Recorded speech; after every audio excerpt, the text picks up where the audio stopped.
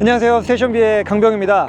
저희는 N페스티벌이 열리고 있는 인제스피디움 경기장에 나와 있는데요, 이곳에서 정말 멋지고 또 귀한 차를 만났습니다. 저희가 현대 스포츠카 쿠페의 계보를 TV론부터 시작해서 최근에는 젠쿱까지 한번 다뤄본 적이 있었거든요. 그런데 그 후륜구동 젠쿱이 나오기 직전 TV론과 그 사이의 공백을 연결해줬던 주인공, 바로 투스카니 모델을 오늘 타보도록 하겠습니다. 이 투스카니 모델은 2001년부터 2008년까지 두 번의 페이스리프트를 거치면서 꽤 오랜 시간 동안 현대 쿠페의 계보를 잇고 또 드라이빙을 좋아하는 이 자동차 매니아들의 그런 어떤 니즈를 충족시켜줬던 자동차이거든요. 국내 모터스포츠에서도 투스카니를 기반으로 해서 GT1, 제가 전에 이제 몸담았던 인디고 레이싱의 오버팬더의 GT1 경차들을 비롯해서 용인 스피드웨이를 수놓았던 수많은 투어링카들이 이 차량을 기반으로 엄청나게 빠른 페이스를 보여주기도 했었습니다. 오늘 나온 이 차량은 지크 유나이티드 팀 매니저님의 개인 소장용 차량이거든요. 최근에 되게 상태 좋은 투스카니 2.0 모델을 찾아오셨더라고요. 수동입니다. 수동. 그래서 오늘 제가 좀 졸라가지고 여러분들에게 소개를 시켜드리게 됐습니다. 투스카니 같은 경우에는 전작이었던 티뷰론보다 조금 더 덩치를 키웠어요. 전체 길이는 4.4m에서 살짝 부족했지만 전폭 같은 경우에는 티뷰론보다 소폭 더 넓어지면서 보다 스포츠카의 이 웅장한 그런 바디감을 갖게 되었고요. 전고도 살짝 높아졌습니다. 전작인 티뷰론이 정말 곡선 형태의 디자인을 살렸다면 이 투스카니는 되게 강직한 직선과 엣지를 살린 그러한 디자인으로 나오게 됐습니다. 저는 개인적으로 티뷰론도 너무 멋졌지만 현대 쿠페의 계보 중에 가장 디자인 개인적으로 완성도가 높았던 거는 바로 이 녀석이라고 생각을 합니다. 국내뿐만 아니라 유럽 시장에서도 굉장히 많은 인기를 얻었었거든요. 수출명은 기존 모델인 티뷰론을 써서 나갔던 것도 있고 그냥 현대 쿠페라고 해서 나갔던 것도 있었습니다. 유럽에 있는 자동차 매거진에서 이 차를 두고 주머니가 가난한 자들을 위한 페라리라고 했어요. 몇몇 분들은 그 단어가 이 차를 비아냥거린다라고 오해를 하셨는데 사실 그게 극찬이었습니다. 정말 합리적인 가격에 만나볼 수 있는 어떤 굉장히 디자인이 좋은 스포츠카라는 의미로 그때 영국에 있는 매거진이 그 얘기를 했던 거였는데, 지금 봐도 이 차의 디자인 진짜 근사하지 않습니까? 전체적으로 면이 넓고 그리고 또 아주 깔끔하게 마감이 되어 있기 때문에 지금 다시 나온다고 해도 20년 전에 나온 디자인이라는 그런 느낌이 들지 않는 멋진 형태를 가지고 있습니다. 지금 이 차량은 헤드램프 보시게 되면 이게 이제 두 번째 마이너 체인지를 거쳤을 때 나온 헤드램프 구성을 가지고 있어요. 그래서 이 차는 2007년식 모델입니다. 개인적으로는 첫 번째 마이너 체인지를 했었던, 약간 이거보다 헤드램프가 위아래로 좀 더 높고 그 대신 안에가 블랙 베젤로 좀 더 좁게 들어갔었던 그 얼굴이 되게 멋졌어요. 되게 근사했었던 모델입니다. 요거는 조금 더 눈을 좀 찢어놓고 이렇게 좀 날카로운 눈매를 가지고 있는 이러한 인상을 주게 되었죠. 엔진은 페타 엔진입니다. 이 한국의 4기통 2.0 엔진에 어떻게 보면 튜닝 문화의 꽃을 불러 일으켜 놨었던 그 엔진이고, VVT 방식의 밸브 제어 시스템이 들어가 있습니다. 물론 최고 출력이 그렇게 높지는 않았어요. 143마력 정도의 출력을 가지고 있었는데 그래도 이 차의 무게 1.3톤을 넘지 않는 굉장히 그래도 가벼운 몸무게를 가지고 있습니다. 자, 20년이 지난 지금 다시 만나보는 투스카니 어떠한 느낌인지 주행을 해보도록 하겠습니다. 와, 여러분들 일단 이 투스카니 안에 앉으면 이 풍만했던 시트, 물론 티뷰론에도 약간 사이드 볼스터가 있는 스포츠 시트가 있었거든요. 근데 고급감을 갖추면서도 제대로 만들어준 시트는 투스카니 때 등장했습니다. 그리고 이 차 말고 2.7 엘리사 전용으로는 허리의 이 두께에 따라서 사이드 볼스터를 이렇게 좁혔다가 펼쳤다가 할 수 있는 다이얼이 있었거든요. 그것까지 있으면 정말 금상첨화였죠. 그래서 그 당시에 이 투스카니 타시던 분들 중에 엘리사 시트를 구해가지고 장착하시는 분들도 꽤 많이 계셨던 걸로 기억이 납니다. 운전대는 텔레스코픽을 지원하진 않고 위아래로 각도만 이렇게 움직이는 이러한 방식이었네요. 사실 제가 투스카니를 마지막으로 타본 게 안산 서킷이었어요. 지금은 이미 아파트 단지로 바뀌어버린 전설로만 남아있었던 안산에 있었던 레이스트랙, 그게 몇 년도에 타봤을까? 한 2003년? 막 뭐 이때쯤에나 타봤을 것 같은데요. 수동 5단입니다. 사실 투스카니가 국내 차량 중에서 수동 6단을 처음으로 등장시킨 승용차였을 거예요. 근데 그 당시 처음에는 2.7 엘리사 전용 미션으로만 수동 6단을 제공을 하다가 페이스리프트가 되고 난 다음에서 2.0 GTS에서도 이제 옵션으로 6단 변속기를 제공을 해줬었거든요. 근데 이 차는 그 옵션은 들어가지는 않은 5단 수동 변속기입니다. 하지만 아쉽지는 않죠. 어차피 최고 속도가 그렇게 막 많이 나오는 차도 아니고 출력이 막 그렇게 높은 차도 아니기 때문에 이 당시에는 5단 미션도 충분히 나름의 주행 감성을 보여준다고 할 것 같아요.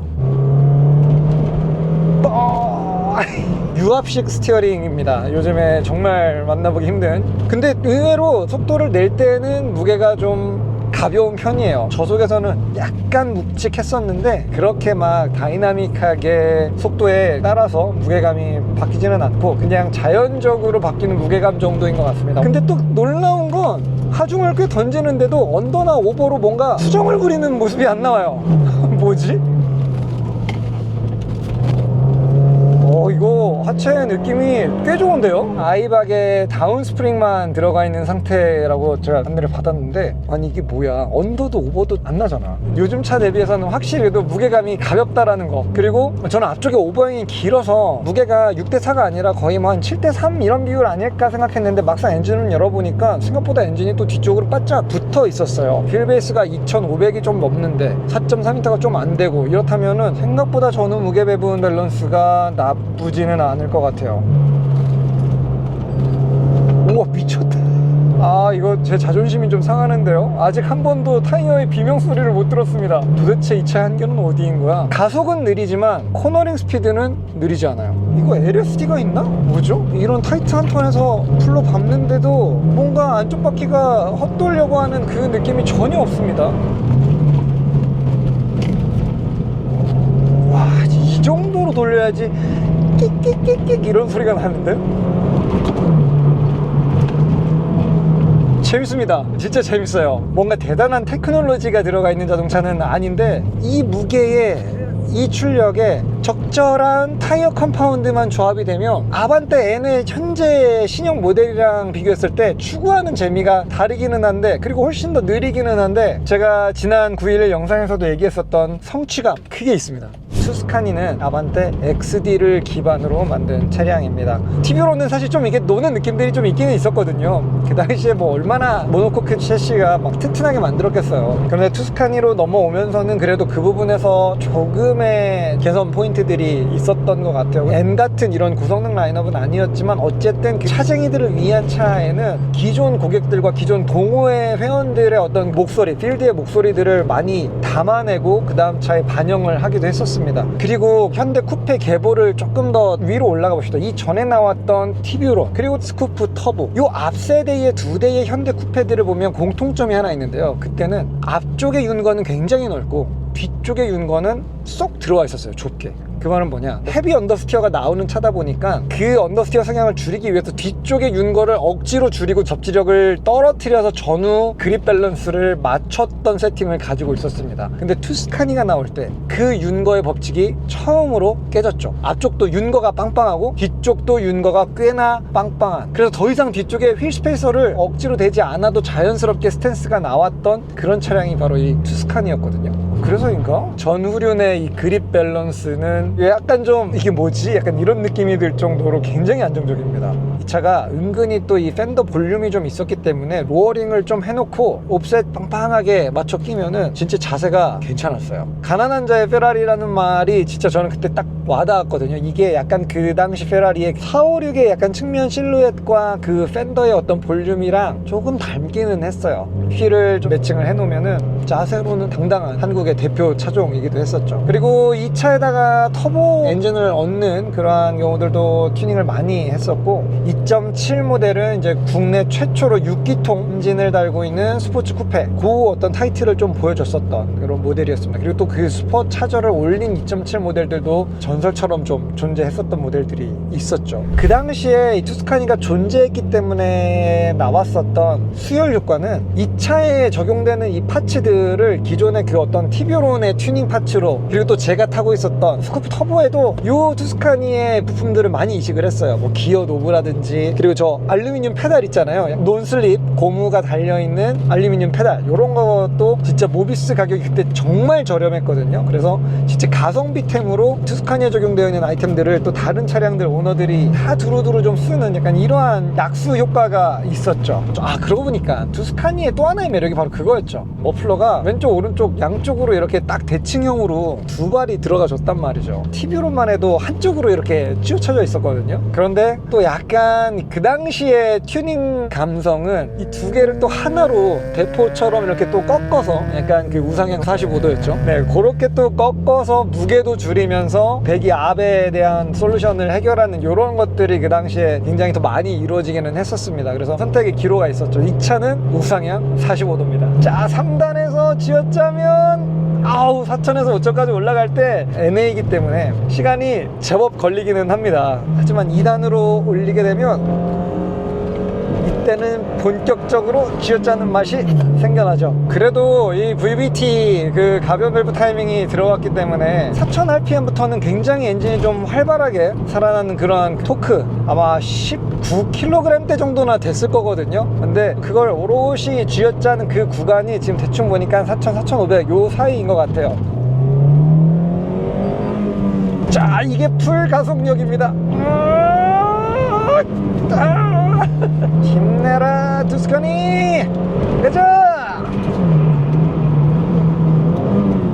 이 차가 한참 현역이던 당시에 그 2.7 엘리사 모델 175마력이 나왔던 그 모델이 제로백이 아마 7초 중반 후반? 이 정도가 나왔을 겁니다. 2.0은 한 9초? 네, 10초까지는 하지는 않고 한 9초 플랫? 요 정도 기록을 냈던 걸로 기억을 해요. 근데 지금 타보면 딱 그 정도 출력? 네, 그 정도의 느낌입니다. 그런데 여러분들 요즘에 뭐 3초대, 뭐 최근에 911들 뭐 이제 2초대를 GTS가 아무렇지 않게 찍어내는 이러한 상황이 됐고, 전기차들도 뭐 3초대 국산 전기차들이 많이 있잖아요. 근데 단순히 그 숫자가 작아진다고 해서 재미가 늘어나는 건 절대 아닌 것 같아요. 그냥 놀라움이 커질 뿐이지 재미는 다른 영역에 있는 것 같습니다. 이 차는 여전히 풀가속을 할 때 즐거워요. 와, 3단에서도 이렇게 길게 배기음을 즐길 수 있다니. 5000, 5500, 6000, 6500 요런 느낌입니다. 네, 이 차의 코드명 GK, 그리고 투스카니 동호회가 GK 매니아라는 이름으로 아마 가장 크게 활동을 했던 걸로 기억이 나요. 그리고 이 GK가 있었고 많은 드라이빙 애호가들이 있었기 때문에 그 뒤로 BK, 우리나라 최초의 6기통 후륜구동 쿠페가 등장할 수 있게 되었습니다. GK 매니아에서도 그 당시에서부터도 계속해서 GK 충분히 재밌어요. 하지만 이 차가 재밌지만 그래도 후륜구동이 꼭 나와줬으면 좋겠어요 하는 목소리가 굉장히 많았었거든요. 그리고 사실 그렇게 탄생했던 BK가 있었는데 지금도 상황이 비슷합니다. 아반떼 N을 통해서, 그리고 벨로스터 N을 통해서 시빅의 타입 R이라든지 골프의 GTI라든지 정말 그동안 우리가 아시아 쪽이나 유럽 쪽에서 감히 올려다보지도 못했던 그 강호들을 꺾고 있잖아요. TCR 무대에서도 꺾었고 양산차에서도 훨씬 더 좋은 평가를 받을 정도로 올라왔는데, 또 지금 저를 포함한 N 매니아들이 하고 있는 이야기는 내연기관 아직 시대가 남아있으니까 진짜 재미있는 후륜구동 버전 하나 만들어주세요, 이러한 얘기를 합니다. 대단한 엔진 없어도 되고 미아타처럼 그냥 작고 가벼운 모델 하나 만들어주시면 너무 감사할 것 같습니다 라고 막 저희가 정말 많이 건의를 좀 했거든요. 이 GK를 통해서 후륜구동 BK가 탄생했던 것처럼 또 모르지 않을까요? N에서도 후륜구동 모델이 하나 나와줄지. 이건 리뷰가 아니고 그냥 한바탕 재밌게 놀았네요. 지금 이 차를 타보니까 진짜 문득 이런 생각이 듭니다. 나한테 400마력짜리 911이 과연 충분한 즐거움을 주는가? 어차피 우리가 레이스를 하고 절대적인 속도 경쟁을 할 게 아니라면 길거리에는 항상 어차피 나보다 높은 마력의 차는 있을 거잖아요. 그 많은 연료를 떼면서 그렇게 출력에 목숨을 걸 필요가 있을까라는 생각도 드네요. 사실 마음 같아서는 이 차랑 저 한기령 위에까지 정말 1시간 동안 드라이브를 신나게 달려와 보고 싶은데 차량도 있고 주행거리도 좀 있고 우리 지크팀 매니저님이 또 아끼시는 차니까 제가 너무 혹사시키지 않고 이쯤에서 오늘 리뷰를 마무리하도록 하겠습니다. 여러분들 어떠셨나요? 투스카니에 대한 추억이 있으신 분들 댓글로 이 차와 관련된 이야기들을 남겨주시면 감사할 것 같습니다. 저희는 다음에 더 재미있는 영상으로 돌아오겠습니다. 안녕.